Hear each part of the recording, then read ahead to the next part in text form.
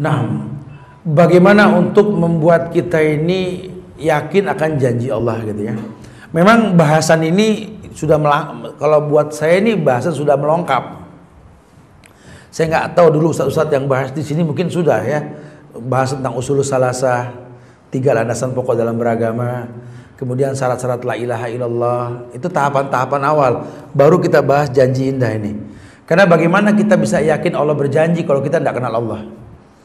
Paling tidak kita kenal dulu rububiyahnya Allah, kenal asma wa sifat, kenal uluhiyah. Sampai kita tahu nanti Allahu khaliqu kulli syai' wa huwa ala kulli syai'in wakil. Allah yang mencipta, pasti Allah yang mencukupi. Nah, ketika makin kita kenal akan Allah, kita makin tahu bahwa janji Allah itu pasti, wa'adallahu haq. Janji Allah itu pasti. Tapi kalau kita tidak kenal Allah, berat ini agama. Oh, berat sekali. Agama berat. Orang merasakan, ya Allah, gitu ya. Kadang-kadang apa ya, janji indah buat orang-orang yang tahu tentang masalah tidak boleh isbal. Tidak boleh isbal. Tapi kalau dia belum kenal Allah, ini masalah. Sehingga dia mengambil alternatif sistem gulung. Jadi kalau pengajian ada ustadz, ada ustadz naik gitu ya. Ada ustadz. Ustadz pulang, balik lagi gitu. Ini kan biasa tahapan awalnya begitu kan. Nah, karena nggak yakin ancaman kullu idharin tahta qadamain annaru haqqi. Setiap kain yang di bawah mata kaki neraka lebih berhak. Senangnya dengar kabar yang penting nggak sombong. Oh, yang penting nggak sombong gitu ya. Itu ngekeh. Lucunya nunggu orang kafir dulu pakai celana yang nggak isbal, Gangnam Style itu. Atau anak-anak sekarang tuh yang gaul-gaul dia. Nunggu celana baru ngetren. Lah ustadz udah bebusah ngomong dari dulu. Subhanallah. Kita kalah ini sih, kalah informasi dakwah. Karena sekarang serba salah, kita dakwah di sebuah TV yang non muslim rame diomongin. Sementara masih banyak orang yang suka mengkonsumsi TV non muslim, betul? Stylenya ditiru. Padahal dalam dakwah ini jangan dianggap buruk orang yang berdakwah dimanapun dia berada. Nabi saja mendatangi Taif. Nabi saja mendatangi Taif. Yang kita tahu Taif itu betul-betul menyakiti Rasul kan. Ya kalau dalam ilmu dakwah ya nggak apa-apa. Ustadz mendatangi bank-bank konvensional, fadl, memang dia berdakwah. Ini kan tidak di kita. Ustadz datang ke sebuah tempat konvensional untuk berdakwah, dikasak-kusukin. Ustadz makan konvensional, digituin. Ustadz diundang ke sebuah tempat yang mewah untuk berdakwah, nggak pernah tahu gimana tuh orang di dalamnya, cara kumpul di sana. Ternyata yang mau ikut dakwah harus bayar. Ya Ustadz nggak pernah tahu, yang penting dakwah di sana.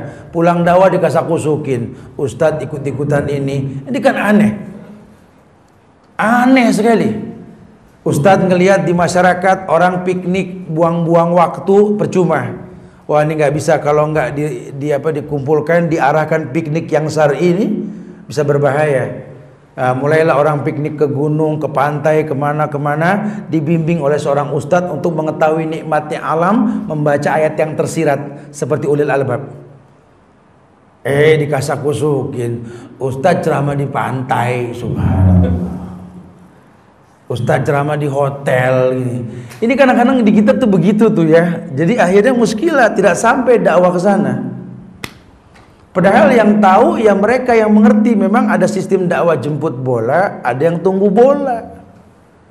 Ustadz masuk ke parlemen tanpa duduk di parlemen, dikasak-kusukin mirip sama orang parlemen. Ustadz dipoto sama orang Iran yang sudah nyunah, Ustadz Syiah gitu. Kenapa Ustadz kalau foto sama kambing korban nggak dibilang kambing juga gitu ya? Ini kan muskilah sekali. Jadi kadang-kadang seperti itulah kenyataannya. Agak sulit kita ya. Tapi ya kitanya harus yakin, nggak ada masalah. Qul Rabbiyallah summastaqim. Katakan Tuhanku Allah istiqomah. Ya. Adapun omongan orang terima sebagai masukan. Tapi jangan goyang dalam sebuah bentuk keyakinan. Nah, kalau kita sudah tahu Qul Rabbiyallah summastaqim, omongan ustadz bukan menjadi sebuah penghalang, kecuali ulama yang ngomong. Lah ini bukan ulama. Lah kalau ulama nasihatnya kita ambil, orang alim yang mengedepankan dalil syar'i, bukan hawa nafsu dan syahwat, gitulah. Kitanya harus yakin bahwa Allah tidak mungkin zalim. Karena nggak ditemukan nama Allah Az-Zalim. Nggak ditemukan nama Allah Az-Zalim. Allah tidak mungkin berbuat zalim. Wallahu a'lam. Jadi kitanya harus tahu dulu Allah, kenal Allah, dan memang Allah janji indah Allah tuh jelas. Kita lihat sejarah para nabi yang dijanjikan, tidak ada yang membahayakan kalau Allah sudah janji, may yahdihi fala mudhillalah wa may yudlil fala hadiya, seterusnya. Nah, kalau antum sudah mantap begitu, indah. Tapi kalau masih muzabzab, kita belum kenal Allah, bingung. Contoh begini. Antum yakin dengan beribadah Allah akan jamin antum dalam kehidupan antum? Dia akan mengatakan iya. Kepada siapa Anda beribadah? Kepada Allah. Siapa Allah? Waduh, bahasan lebih dalam kan? Ya Allah, ya Allah. Ya saya tahu Allah, ya Allah ya. Itu lihat, itu alif lam ha. Allah begitu kan? Itu kenapa alif lam ha? Apakah Allah itu? Itu bahasa Arab. Dulu zaman Nabi Nuh tidak ada alif lam ha itu. Terus Allah siapa? Kenapa alif lam ha? Kan detail. Kata Ibnu Katsir, alif lam ha ini Allah ilah wa wala, ilah yang diibadahi dengan benar dan kadang-kadang cukup dalam beribadah kepadanya. Berarti orang bisa merasakan betul-betul indahnya Allah, indahnya beragama dengan Allah ketika dia sudah kenal siapa Allah. Subhanallah. Wallahu a'lam.